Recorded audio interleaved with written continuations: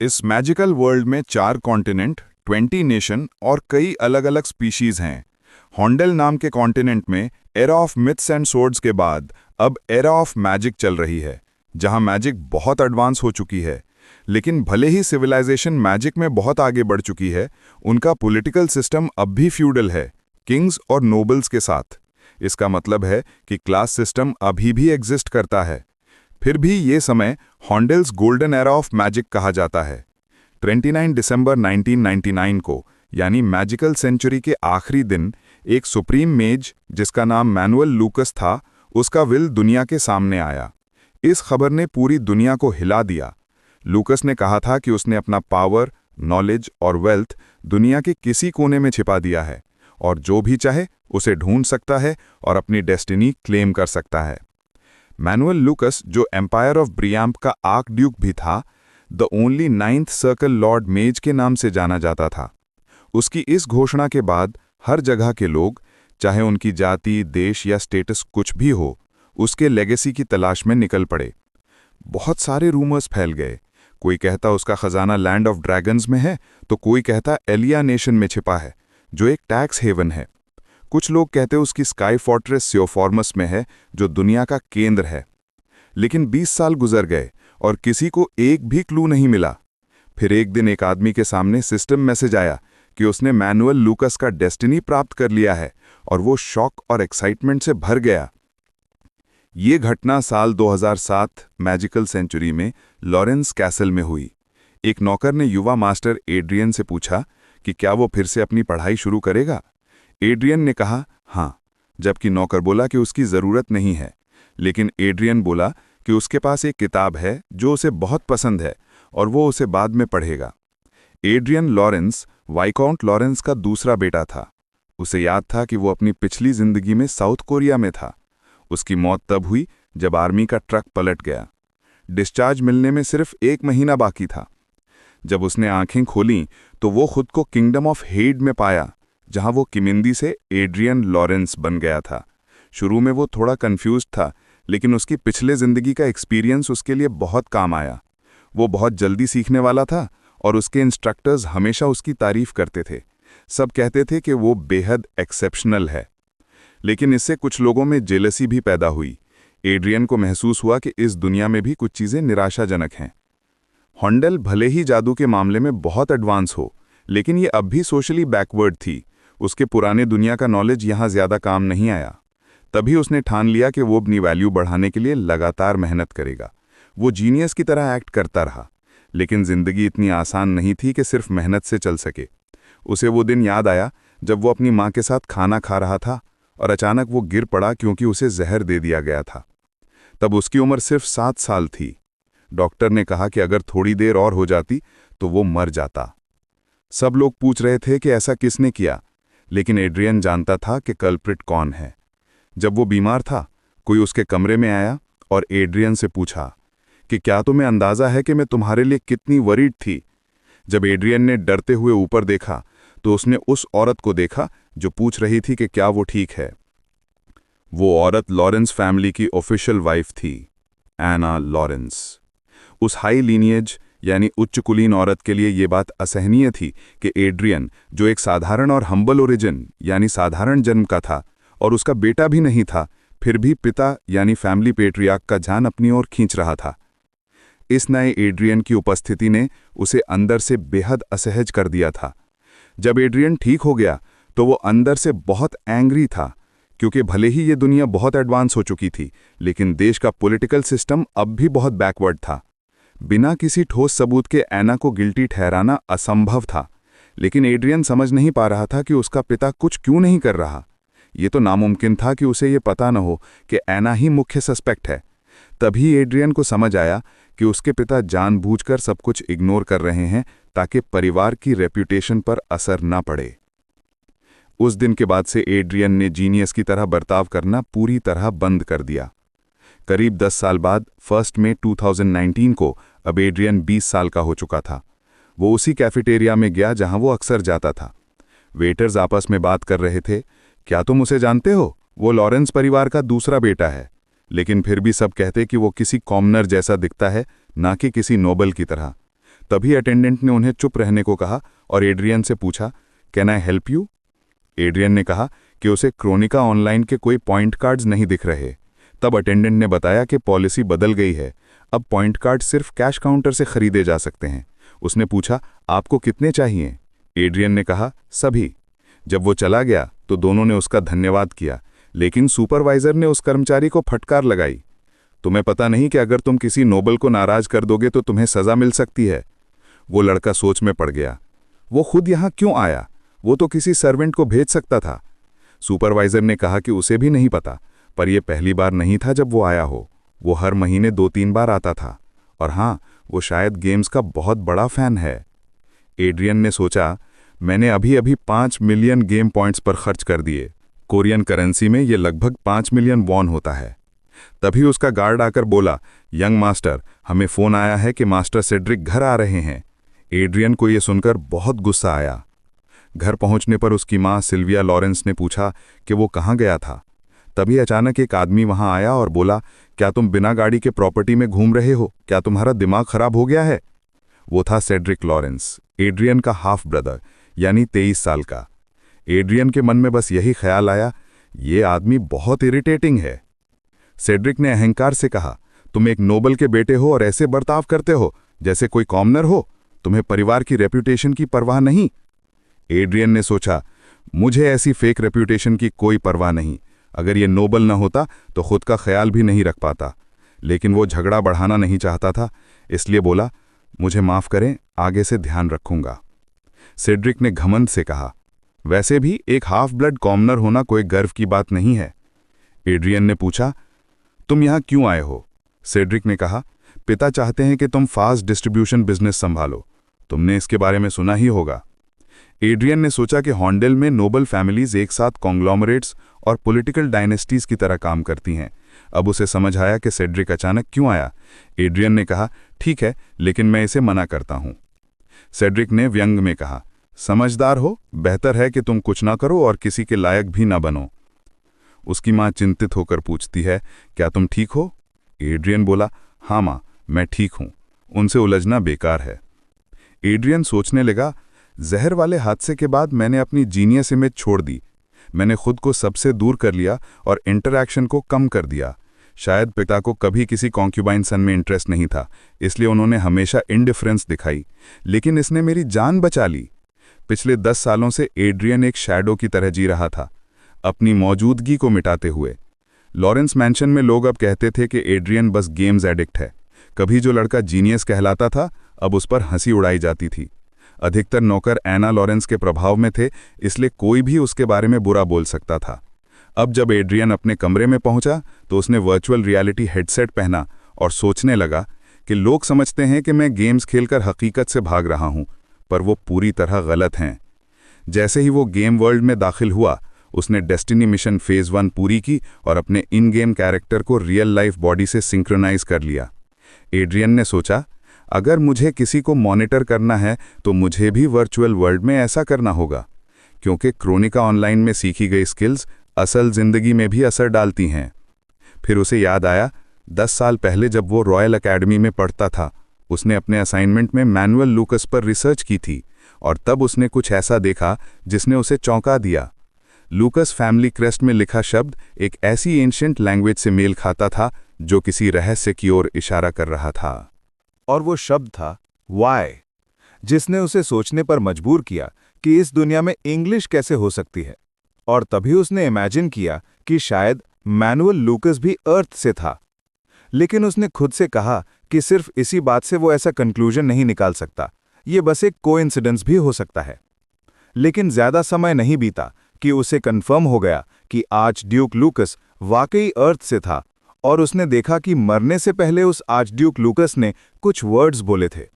उसने इच्छा जताई थी कि वो एक बार फिर मेरी के साथ कैलिफोर्निया के बीच पर वॉक कर सके। वो जगहों के नाम नहीं जानता था, क्योंकि उसने पहले कभी वे नाम नहीं सुने थे, लेकिन ये एक महान व्यक्ति की स्टोरी थी जिसे नज़रअंदाज नहीं किया जा सकता था। और बटलर के रिकॉर्ड्स में लिखे गए नाम ठीक वैसे ही थे जैसे उसने इमेजिन किए थे।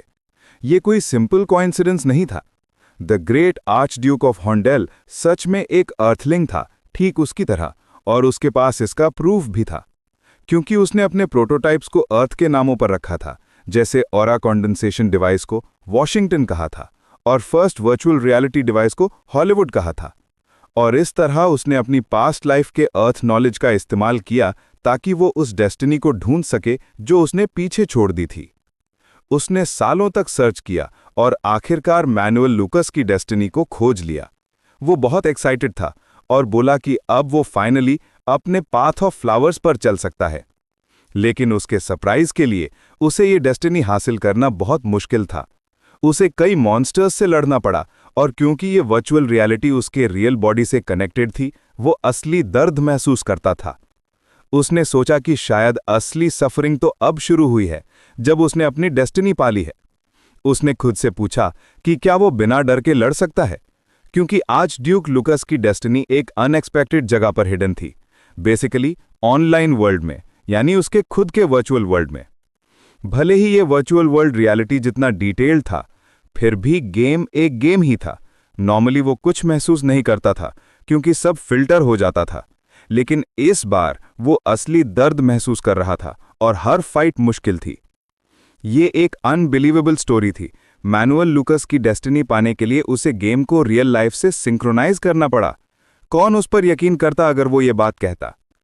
इसी वक्त एक गॉब्लिन उस पर हमला करता है, लेकिन वो बच जाता है और काउंटर अटैक करके उसे खत्म कर देता है और इस तरह वो लेवल 10 पर पहुंच जाता है। अब वो अपनी क्लास चेंज कर सकता है। उसने डेस्टिनी मिशन का पहला स्टेज पूरा कर लिया था।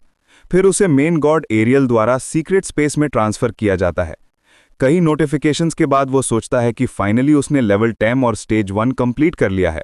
अब क्रॉनिकल ऑनलाइन की एबिलिटीज रियल लाइफ में रिफ्लेक्ट हो रही हैं। जो कुछ भी वो वहां पाता है वो रियलिटी में ट्रांसफर हो जाता है। तभी उसके पीछे एक डोर अपीयर होता है और पूछा जाता है कि क्या वो मैनुअल लुकस की मैजिक टावर के 2nd फ्लोर पर जाना चाहता है। वो कहता है ऑफ कोर्स और डोर खोलता है। अंदर वो एक ह्यूज लाइब्रेरी देखता है। 1st फ्लोर से बिल्कुल अलग शेल्व्स बुक्स से भरी हुई थीं। कॉर्नर में उसे एक ट्रेजर चेस्ट दिखता है। जब वो उसे खोलता है उसे 5 बिलियन लौटे मिलते हैं। सिस्टम कहता है please insert your account to receive the deposit. वो सोचता है कि आखिर एक रियल रिवॉर्ड जैसा रिवॉर्ड मिला है, लेकिन फिर उसे समझ आता है कि असली वैल्यू पैसे की नहीं है बल्कि उस मैजिकल सर्कल की है जो उसने पाया है। अब उसने क्लास चेंज करके मजिशियन बन गया था। वो सर्कल उसके रियल बॉडी के साथ परफेक्टली लिंक हो गया। सिस्टम उसे वार्न करता है कि गेम से बाहर ना निकले क्योंकि सिंक्रोनाइज्ड बॉडी को हाई डैमेज होगा। वो सोचता है कि अब तक उसने एमपी और एचपी को बस माना समझा था, लेकिन उसने कभी रियल लाइफ में माना महसूस नहीं की थी। अब जब उसका मैजिक सर्कल कंप्लीट हो गया था, वो अपने चेस्ट में माना की प्रेजेंस को साफ महसूस कर सकता था। ये प्रोसेस आसान नहीं था। यही असली पावर ऑफ डेस्टिनी थी, गेम और रियल लाइफ की सिंक्रोनाइजेशन। अब जब पहला सर्कल बन चुका है, वो सोचता है कि क्या वो कोई नई टेक्निक सीख सकता है जो इससे मैच करे। लेकिन जैसे ही वो एक बुक उठाता है, विंडो पॉपअप होती है, would you like to view materials. वो कहता है दिस इज रियली कन्वीनियंट, क्योंकि इतनी सारी बुक्स को एक एक करके देखना मुश्किल था। वो सोचता है कि as expected from the world's greatest magician Manuel Lucas. कुछ देर बाद उसे बहुत सिर दर्द होने लगता है। स्किल्स और मैजिक सीखना कन्वीनियंट तो था, लेकिन प्रिंसिपल्स को दिमाग में स्टोर करना बहुत पेनफुल था। फिर भी ये आखिरी बुक थी, book of magic circle concealment, जो उसके माना सर्कल को हाइड करता था, और वो सोचता है कि यही स्किल उसे अभी सबसे ज्यादा चाहिए। ऐसा लगता था कि मैनुअल लुकस को उसकी सिचुएशन पहले से पता थी। वो स्किल सीख लेता है और फिर से उसे सिरदर्द होने लगता है। जब वो गिरता है, वो सोचता है कि उसे मैनुअल लुकस की डेस्टिनी से ज्यादा उम्मीद नहीं थी। वो बस एक पीसफुल लाइफ चाहता था अपनी माँ के साथ, और वो जानता है कि इसके लिए वो सब कुछ करेगा। अगले दिन मैंशन के ट्रेनिंग ग्राउंड में एक नाइट कहता है he is but more stamina than usual. Adrian पूछता है यू रियली थिंक सो।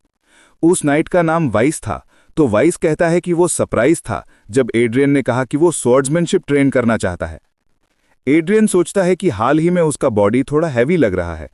वो मानता है कि उसने सोचा था कि रियल लाइफ में ट्रेनिंग करने से शायद गेम में मदद मिले, लेकिन वो सोचता है कि इसे अभी छोड़ देना चाहिए। अब वो अपने बॉडी में माना सर्कल को फील कर सकता है और उसकी स्टैमिना भी बेटर हो रही है। ऐसा लगता है कि उसके स्टेटस की इंप्रूवमेंट रियल लाइफ पर भी असर डाल रही है। दूसरे शब्दों में इसका मतलब है कि जो एबिलिटीज वो गेम में यूज करता है अब वो उन्हें रियल लाइफ में भी यूज कर सकता है, जो वाकई बहुत ओवरपावर्ड है। वो सोचता है कि अब वो माना सेंसिटिव नाइट से अपने सर्कल को छिपा सकता है उस सर्कल कंसीलमेंट स्किल की मदद से। तभी एक नाइट उससे पूछता है कि क्या कुछ अच्छा हुआ है। एड्रियन जवाब देता है कि उसे गेम में एक अच्छा आइटम मिला है। उसके आसपास ट्रेनिंग कर रहे लोग हंसते हैं और कहते हैं, as expected from a game addict. Vice नाम का नाइट थोड़ा गुस्से में कहता है कि वे सब बहुत रूड हैं, लेकिन एड्रियन बस मुस्कुराता है और कहता है कि उसे इग्नोर करो। अंदर ही अंदर वो वाइस का आभारी है कि उसने उसकी जगह गुस्सा दिखाया, लेकिन ये सब उसका एक्टिंग था, क्योंकि वो नहीं चाहता था कि आना और सेड्रिक उसे एक बेकार बास्टर्ड की तरह देखे। अभी के लिए अननोटिस्ड रहना ही उसके लिए सबसे अच्छा था। फिर वो अपने कमरे में लौटता है और दोबारा गेम में लॉगिन करता है। अब जब उसने कंफर्म कर लिया कि रियल लाइफ स्टेटस और गेम स्टेटस आपस में लिंक्ड हैं, तो वो सोचता है कि अब उसे एक गिल्ड यानी लार्ड बनानी चाहिए, क्योंकि फ्यूचर में उसे और ज्यादा पैसे और एबिलिटीज मिलने वाले हैं। उसे याद आता है कि किसी ने कहा था कि इस गेम में सबसे इंपॉर्टेंट चीज है the power of your wallet. तो वो बहुत सारे आइटम्स, पोशंस और ब्लेसिंग्स खरीदता है, जैसे blessing of the goddess, protection of the goddess, XP boost और कई दूसरे बफ्स। तभी एक नया विंडो पॉपअप होता है जो बताता है कि वो अब एक सपोर्टर समन कर सकता है। वो सोचता है, सपोर्टर? शायद सिस्टम ने यह ऑप्शन इसलिए दिया क्योंकि मेरी स्टैमिना लो है। एक सपोर्ट मुझे तेजी से ग्रो करने में हेल्प करेगा। लेकिन सपोर्टर समन करने के लिए उसे एक्सपी पॉइंट्स खर्च करने होंगे, जो वो नॉर्मली लेवल अप करने के लिए इस्तेमाल करता है। फिर भी वो सोचता है कि टीम प्ले के लिए ये वर्थ इट है। वो डिसाइड करता है कि वो एक हाई क्लास वॉरियर चुनेगा जो उसका टैंक बनेगा, चाहे जितना भी महंगा हो। वो ऑप्शन पर क्लिक करता है और बहुत सारे सपोर्टर कैरेक्टर्स दिखाई देते हैं। वो सोचता है कि ये बिल्कुल कोरियन गेम्स जैसे हैं। उसने लगभग 30 मिलियन ओन्स खर्च किए, लेकिन उसे कोई पसंद नहीं आया। तभी उसकी नजर एक सपोर्टर पर पड़ती है, आर्सिया द सेलेस्टियल स्टील। वो एक डिफेंसिव सपोर्टर थी जो शील्ड ऑफ गॉड नाम का पावरफुल बैरियर बना सकती थी। एड्रियन हैरान था, उसने ऐसा सपोर्टर पहले कभी नहीं देखा था। शायद ये एक हिडन कैरेक्टर थी जिसे अभी किसी ने डिस्कवर नहीं किया था। उसकी क्लास थी यूनिक एंजल और उसकी एबिलिटीज वाकई शानदार थीं। सिस्टम ने पूछा, would you like to register celestial steel as your supporter? Adrian ने येस पर क्लिक किया। फिर सिस्टम ने कंफर्म किया कि एक बार रजिस्ट्रेशन होने के बाद कोई बदलाव नहीं किया जा सकता। एड्रियन ने अग्री किया। फिर एक ब्राइट इफेक्ट दिखा और उसके सामने आर्सिया द सेलेस्टियल स्टील प्रकट हुई, एक tall warrior with a massive shield. Adrian ने मजाक में सोचा कि उसका एक्सप्रेशन किसी गोलम जैसा है। फिर वो दोनों बैटलफील्ड में जाते हैं। वो उसकी एबिलिटीज टेस्ट करता है और देखता है कि वो डिफेंस में एक्स्ट्रा ऑर्डिनरी है। वो खुद बस मैजिक मिसाइल स्पेल से अटैक करता रहता है। थोड़े टाइम में ही वो लेवल 20 तक पहुंच गया और हंटिंग अब बहुत आसान हो गई थी। भले ही कुछ एक्सपी पॉइंट्स आर्सिया को जा रहे थे, फिर भी उसे कोई फर्क महसूस नहीं हुआ। फिर सिस्टम ने एक नया अलर्ट दिखाया, you have been in the game for 15 hours continuously, please log out and take a rest. वो लॉग आउट करता है और अपने रूम में लौटता है। वो सोचता है आज का दिन बहुत अच्छा था और वो थोड़ी देर की नैप लेने का फैसला करता है। लेकिन तभी उसे महसूस होता है कि कोई उसके पीछे खड़ा है। जब वो मुड़ता है तो शॉक में आ जाता है, आर्सिया उसके रियल रूम में मौजूद थी। वो चौंक कर पूछता है, what the hell are you doing here? Arsia शांत स्वर में जवाब देती है, I am the supporter of my master. Adrian कहता है कि उसका मतलब वो नहीं था, वो जानना चाहता था कि वो गेम से रियल वर्ल्ड में कैसे आ गई। आर्सिया मुस्कुराती है और कहती है, I understand now, you must be curious how I maintain my presence in reality. Adrian कहता है यस, और वो सोचता है कि आर्सिया क्लियरली गेम और रियल वर्ल्ड के बीच फर्क समझती है। वो एक्सप्लेन करती है, I am a homunculus, basically an android. My creator is mister Manuel Lucas. As predetermined by my master, my appearance and combat traits belong to the Celestial Steel prototype. Adrian shock में सोचता है कि इसका मतलब वो mister लूकस की legacy में से एक है। आर्सिया कहती है यस। वो मन ही मन कहता है, डैम इट, अगर मुझे पता होता कि ऐसा होगा तो मैं कोई और वर्सटाइल सपोर्ट चुनता। वो पूछता है, तो क्या तुम्हारे स्टैटस वही हैं जो गेम में थे? आर्सिया कहती है यस। कुछ रेस्ट्रिक्टेड स्टैट्स बाद में अनलॉक होंगे जब आप हायर लेवल मिशंस पूरी करेंगे। अभी के लिए मेरे स्टैट्स एक ग्रैंड मास्टर के बराबर हैं। एड्रियन स्टन रह जाता है। ग्रैंड मास्टर का लेवल एक 8 सर्कल मेज के बराबर होता है, जो पूरे कॉन्टिनेंट में सबसे पावरफुल है। किंगडम ऑफ हेवर्ड में भी हाईएस्ट रैंक सिर्फ 7 सर्कल तक है और पूरे वर्ल्ड में सिर्फ 8 सर्कल मेजेस हैं। वो सोचता है, how did mister लूकस create such a monster? लेकिन फिर भी उसे खुशी होती है कि अब उसके पास एक लॉयल कंपेनियन है जो सिर्फ उसके ऑर्डर्स मानती है। अब उसका नया प्रॉब्लम ये था कि मैं इस लड़की को कैसे छिपाऊं। वो आर्सिया से पूछता है कि वो उससे पहले कहाँ थी और क्या वो दोबारा गेम में लौट सकती है। आर्सिया जवाब देती है, मैं एवरिल नाम की सीक्रेट सिटी में एक मेंटेनेंस वेयरहाउस में स्टैंड बाय मोड में थी, वहीं से मुझे ट्रांसफ़र किया गया। आर्सिया बताती है कि वो गेम सर्वर मैनेजमेंट सिस्टम से ट्रांसमिट हुई थी और ऐसी ट्रांसमिशन सिर्फ इनिशियल सेंड के समय ही पॉसिबल होती है। उसके बाद अगर उसे वापस मेंटेनेंस वेयरहाउस जाना हो तो उसे खुद ही लौटना पड़ेगा। एड्रियन उससे पूछता है कि क्या उसके पास कोई स्टेल्थ या मैजिकल कंसीलमेंट की एबिलिटी है। आर्सिया जवाब देती है कि वो वॉरियर क्लास की है, इसलिए उसके पास स्टेल्थ एबिलिटी नहीं है, लेकिन वो माना कंसीलमेंट कर सकती है। एड्रियन उससे कहता है कि वो उसे दिखाए। आर्सिया अपनी माना कंसीलमेंट स्किल एक्टिवेट करती है और एड्रियन देखता है कि उसकी आर्मर का प्रोटेक्टिव शील्ड और उसकी माना दोनों ही गायब हो गए। उसे राहत मिलती है कि आर्सिया भी माना को छिपा सकती है। इसका मतलब है कि वो नाइट्स द्वारा डिटेक्ट नहीं की जाएगी। एड्रियन सोचता है कि अब उसके पास कोई और ऑप्शन नहीं है। उसकी रेपुटेशन पहले से ही काफ़ी खराब है, तो अब उसे किसी बात की परवाह नहीं। अगले दिन वो मैंशन के चारों ओर आर्सिया के साथ आराम से वॉक करता है, जैसे कुछ हुआ ही ना हो। सर्वेंट्स आपस में बातें करने लगते हैं कि मास्टर एड्रियन ओपनली किसी महिला को मैंशन में लेकर आया है, और मेड्स गॉसिप करती हैं कि उन्होंने एड्रियन को अपने रूम में एक लड़की के साथ देखा है। सबको क्यूरियोसिटी होती है कि आखिर वो लड़की कौन है। जब एड्रियन अपनी माँ से मिलता है तो उसकी माँ बहुत खुश होती है और पूछती है, तुम कब शादी करोगे? वो लड़की बहुत प्यारी लगती है। एड्रियन शर्मिंदा होकर वहाँ से भाग जाता है और अपने कमरे में लौटकर फिर से गेम में लॉगिन करता है। गेम में वापस जाकर वो कई मिशंस करता है और अंत में लेवल 30 तक पहुंच जाता है। वो सोचता है कि एक इमैच्योर यंग मास्टर होने का नाटक करना उसके लिए अच्छा डिस्गाइज है, ताकि कोई आर्सिया पर शक न करे। वो आर्सिया से पूछता है कि जब वो गेम से कनेक्ट होती है तब उसका रियल वर्ल्ड बॉडी क्या करता है। आर्सिया बताती है कि उसका बॉडी इकोनॉमी मोड में चला जाता है, यानी ऐसा जैसे वो रेस्ट कर रही हो, लेकिन उसका मॉनिटरिंग सिस्टम एक्टिव रहता है ताकि वो एड्रियन की प्रोटेक्शन कर सके। एड्रियन पूछता है, तो इसका मतलब अगर बाहर कोई बड़ा प्रॉब्लम हुआ तो तुम मुझे अलर्ट कर सकती हो? आर्सिया जवाब देती है, एग्जैक्टली। तभी मिशन का सेकंड स्टेज शुरू होता है। उन्हें एक ऑक वॉरियर जिसका नाम कांट है उससे लड़ना होता है। मिशन का नाम है destiny mission stage 2, defeat the ऑक वॉरियर कांट। वो ऑक बहुत बड़ा और शक्तिशाली था। वो एड्रियन से कहता है, तुम्हारे जैसे इंसान के लिए मुझे हराना तुम्हें खास बना सकता है। फिर सिस्टम विंडो दिखाती है कि बॉम्ब्स और स्क्रोल्स जैसे कंज्यूमेबल आइटम्स इस लड़ाई में इस्तेमाल नहीं किए जा सकते। एड्रियन सोचता है तो आसान आइटम यूज करना मना है। शायद मैनुअल लूकस चाहता है कि उसका डिसाइपल खुद स्ट्रांग बने, ना कि आइटम्स के भरोसे। वो आर्सिया से कहता है, लेट्स डिफीट दिस ऑक टुगेदर। वो ऑक हमला करता है, लेकिन आर्सिया तुरंत अपना शील्ड आगे रखकर अटैक रोक देती है। वो मॉन्स्टर थोड़ा हैरान होता है। तभी एड्रियन अपने मैजिक मिसाइल स्पेल को एक्टिवेट करता है और सीधा ऑक की आंखों पर हमला करता है। ये क्रिटिकल हिट होता है। वो सोचता है कि अब उसकी बॉडी और इक्विपमेंट दोनों हाई क्वालिटी के हैं, जिससे उसके मैजिक मिसाइल्स की पावर पहले सर्कल से कहीं ज़्यादा है।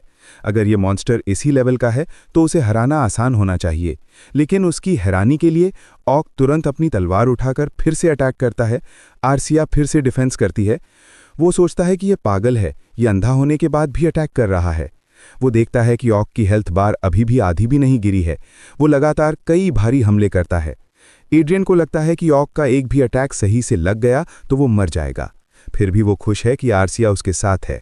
वो डर को खुद पर हावी नहीं होने देता। उसने एक बार पहले भी मौत का सामना किया है, इसलिए अब वो डर से परे है। वो अपनी एबिलिटी एक्सकवेट एक्टिवेट करता है, जिससे ज़मीन में एक गड्ढा बनता है और ऑक उसमें गिर जाता है। वो सोचता है कि अब वो डर नहीं सकता, उसे इस स्टेज को हर हाल में पूरा करना है। वो आर्सिया को आदेश देता है कि ऑक को उठने ना दे और लगातार उस पर हमला करे। दोनों मिलकर कई दिशाओं से अटैक करते हैं। काफ़ी देर की लड़ाई के बाद ऑक कांट की एचपी सिर्फ 50 रह जाती है। एड्रियन कहता है, ये सच में बहुत जिद्दी है। वो टैक्टिकली सोचते हुए एक और मैजिक मिसाइल कास्ट करता है और आखिरकार ऑक कांट को हरा देता है। मिशन क्लियर हो जाता है। Stage 2 of destiny mission completed. अब टावर ऑफ मैनुअल लूकस का तीसरा फ्लोर अनलॉक हो गया था। उसी रात विस्काउंट लॉरेंस यानी एड्रियन के पिता अपने ऑफिस में विंडो से बाहर देख रहे थे। तभी उनकी पत्नी अंदर आती है और पूछती है, डियर क्या सोच रहे हो? ये उनकी पहली पत्नी एना लॉरेंस थीं। वो कहती है, इतनी रात को यहाँ अकेले क्यों बैठे हो? क्या तुम एड्रियन की उस खबर की वजह से परेशान हो कि उसने किसी प्लिबियन लड़की को मैंशन में लाया है? विस्काउंट लॉरेंस उसे एक लेटर देते हैं। एना उसे पढ़ती है और शॉक हो जाती है। ये सेना की समनिंग लेटर थी। एम्पायर क्रोकिन के साथ युद्ध की संभावना बहुत बढ़ गई थी। हर टेरिटरी से लोकल ट्रूप्स को जोड़ने का आदेश था। लेटर में लिखा था कि विस्काउंट लॉरेंस को वेस्टर्न कमांड में ज्वाइन करना होगा, 5 वैनगार्ड यूनिट्स, 50 नाइट्स और 1000 सोल्जर्स के साथ। एना हैरान होती है और कहती है, क्या तुम सेड्रिक को भेजने का सोच रहे हो? वो रिक्वेस्ट करती है, प्लीज़ एड्रियन को भेज दो। वो दिन रात सिर्फ गेम्स खेलता है और कुछ नहीं। लॉरेंस फैमिली का मेंबर होने के नाते उसे भी कभी अपनी रिस्पॉन्सिबिलिटी निभानी चाहिए। विस्काउंट लॉरेंस गहरी सांस लेते हैं और कहते हैं, इतने समय तक उसे अकेला छोड़ देने के बाद अब तुम्हें उसकी ज़रूरत महसूस हो रही है? एना जवाब देती है, ये तुम ही थे जिसने ये सब चाहा था। अब तक एड्रियन ने अपनी नोबल राइट्स का पूरा फ़ायदा उठाया है। उसके पिता ने पूछा, क्या तुम सच में ऐसा सोचते हो? एना ने जवाब दिया, आपका मतलब क्या है? लेकिन वो बस चुपचाप उसे देखने लगा। फिर उसने कहा कि सेड्रिक ही इस टेरिटरी का उत्तराधिकारी है और वो ये सुनिश्चित करेगा कि एना और उसके स्टेपफादर को अब से कोई परेशानी ना हो। उसने कहा कि एना को बस उसके फैसलों का पालन करना चाहिए। ये सुनकर एना बहुत हैरान रह गई। फिर उसने कहा, जैसा एना ने पहले कहा था, वो इस बार एड्रियन को बैटलफील्ड में भेजेगा, लेकिन जब एड्रियन वापस आएगा वो उसे पूरी तरह स्वतंत्र बना देगा। उसे उम्मीद है कि एड्रियन और सिल्विया भविष्य में किसी खतरे में नहीं पड़ेंगे। इसमें निगरानी और गुप्त जांचें भी शामिल हैं। उसने पूछा, क्या ये तुम्हारे लिए काफ़ी है? फिर कहा, अब बस करो और एड्रियन को आज़ाद रहने दो। सुबह एड्रियन अपने नाइट ट्रेनर के साथ अभ्यास कर रहा था। वो आदमी बोला कि एड्रियन की शारीरिक शक्ति में बहुत सुधार हुआ है क्योंकि वो रोज़ ट्रेनिंग कर रहा है। उसने कहा कि वो यकीन नहीं कर पा रहा कि इतनी जल्दी सुधार कैसे हुआ। अगर वो अपने टीनेज ईयर्स में इतना मेहनती होता तो एक महान व्यक्ति बन सकता था। लेकिन एड्रियन जानता था कि उसकी शक्ति इसलिए बढ़ी क्योंकि वो लेवल 30 पे पहुंच चुका है और उसने डेस्टिनी मिशन का दूसरा चरण पूरा कर लिया है। इस मिशन का रिवॉर्ड बहुत अच्छा था। उसे बहुत सारा मनी मिला और उसने अपना दूसरा मैजिक सर्कल बनाया। अब उसके पास एक इन्वेंट्री भी है, जैसे किसी गेम में होती है। वो जब चाहे अपनी चीज़ों को उसमें छिपा सकता है या ज़रूरत पड़ने पर इस्तेमाल कर सकता है। और हाँ, उसके गेम का स्टेटस का असर उसकी रियल लाइफ पर भी होता है। मेहनत से वो एक ऐसा इंसान बन सकता है जिसमें नाइट की फिजिकल स्किल्स और विज़र्ड की मैजिक पावर दोनों हों। अगर वो डेस्टिनी से मिले सभी स्टैट्स को पूरी तरह एब्जॉर्ब कर ले तो वो आर्चमेज लूकस से भी ज़्यादा ताकतवर बन सकता है। लेकिन तभी बटलर आया और बोला कि your excellency wants to see you in the castle. Adrian हैरान रह गया कि उन्होंने मुझे अब क्यों बुलाया। कुछ घंटों बाद लॉरेंस कासल में एड्रियन अपने पिता के ऑफिस में खड़ा था। सेड्रिक अपने पिता पर चिल्ला रहा था, आप उसे बैटलफील्ड में क्यों भेज रहे हैं हमारे परिवार की जगह? उसके पिता ने समझाया कि सेड्रिक ही इस परिवार का उत्तराधिकारी है और वो उसे बैटलफील्ड में नहीं भेज सकता क्योंकि वो बहुत खतरनाक जगह है। उसकी मां ने कहा, क्या आप ये कह रहे हैं कि एड्रियन की कीमत सेड्रिक से कम है? पैट्रियार्क ने जवाब दिया कि हाँ, दोनों की वैल्यू में फ़र्क है। एड्रियन को यह सुनकर गुस्सा आया, लेकिन उसने सोचा कि यह बुरा भी नहीं है। आखिर कोई भी गेम में हेलमेट पहनकर प्रवेश कर सकता है और अगर वो हेयर का सब्स्टिट्यूट है तो कोई उसे छुएगा नहीं। अब उसे बस एना की निगरानी से छुटकारा पाना था। उसने कहा, मैं समझ गया, मैं इस परिवार के प्रतिनिधि के रूप में युद्ध में जाऊंगा। उसके पिता ने उसका धन्यवाद किया। सेड्रिक बोला कि अब वो कुछ नहीं कहेगा क्योंकि ये उसके पिता का फैसला है, लेकिन अगर एड्रियन ने परिवार की बदनामी की तो वो चुप नहीं बैठेगा। एड्रियन को ये मजाकिया लगा, भाई आराम से घर में रहेगा और मुझे बैटलफील्ड में भेज रहा है, फिर भी मुझ पर आरोप लगा रहा है। उसने कहा, मैं अपना बेस्ट करूंगा। जाने से पहले उसके पिता ने कहा कि वो उससे कुछ पर्सनल बात करना चाहता है। जब वो दोनों अकेले रह गए तो पिता ने कहा, अगर ये मिशन सफल रहा तो मैं तुम्हें और सिल्विया को रॉयल लैंड भेज दूंगा। वहां तुम जो चाहो कर सकते हो बिना किसी इंटरफियरेंस के। इसे अपने योगदान का रिवॉर्ड समझना। एड्रियन ने सोचा कि एना तो मुझे तब भी नफरत करती है जब वो मेरी आंखों के सामने नहीं होती। उसने पूछा, क्या वो सच में मुझे अनुमति देंगे? लेकिन उसे अभी भी भरोसा नहीं था, तो उसने कहा, मैं सोचूंगा। उसके पिता ने मुस्कुराते हुए कहा, तो तुम मुझ पर भरोसा नहीं करते? एड्रियन ने जवाब दिया, शायद जब मैं बैटलफील्ड से जिंदा लौट आऊंगा तब सोचूंगा। उसके पिता ने कहा, सही बात है। फिर उसने एड्रियन को एक आर्टिफैक्ट शील्ड दिया, क्लास 5 की सुरक्षा के साथ और क्लास S का बड़ा शील्ड। उसने कहा, यह बैटलफील्ड में बहुत काम आएगा क्योंकि टेलीपोर्टेशन वहां अनुमति नहीं है। एड्रियन ने सोचा कि ऐसे आर्टिफैक्ट्स बहुत कीमती होते हैं और उसने धन्यवाद किया। जब वो बाहर निकला, सेड्रिक और एना उसे ठंडी नज़रों से देख रहे थे। उसने सोचा, बिल्कुल, ये दोनों ज़रूर देख रहे होंगे। पैट्रियार्क ने कहा, सिल्विया की चिंता मत करो, वहां जाकर थोड़ा आराम करना। एड्रियन ने सोचा, जब किसी ने बचपन में मुझे जहर देने की कोशिश की थी तब पिताजी की प्रतिक्रिया बहुत निराशाजनक थी, लेकिन अब मेरे चारों ओर दुश्मन हैं और शायद मैं सिर्फ उन्हीं पर भरोसा कर सकता हूं, बस इस बार। बाद में पैट्रियार्क अपने ऑफिस में सरदर्द से परेशान बैठा था। उसने अपना मैजिक रिंग सक्रिय किया जो दर्द कम करता था, और उसने सोचा कि वो लड़का तो शुरू से ही सब कुछ समझता था, बस मूर्ख बनने का नाटक कर रहा था, उस जहर वाले दिन से ही।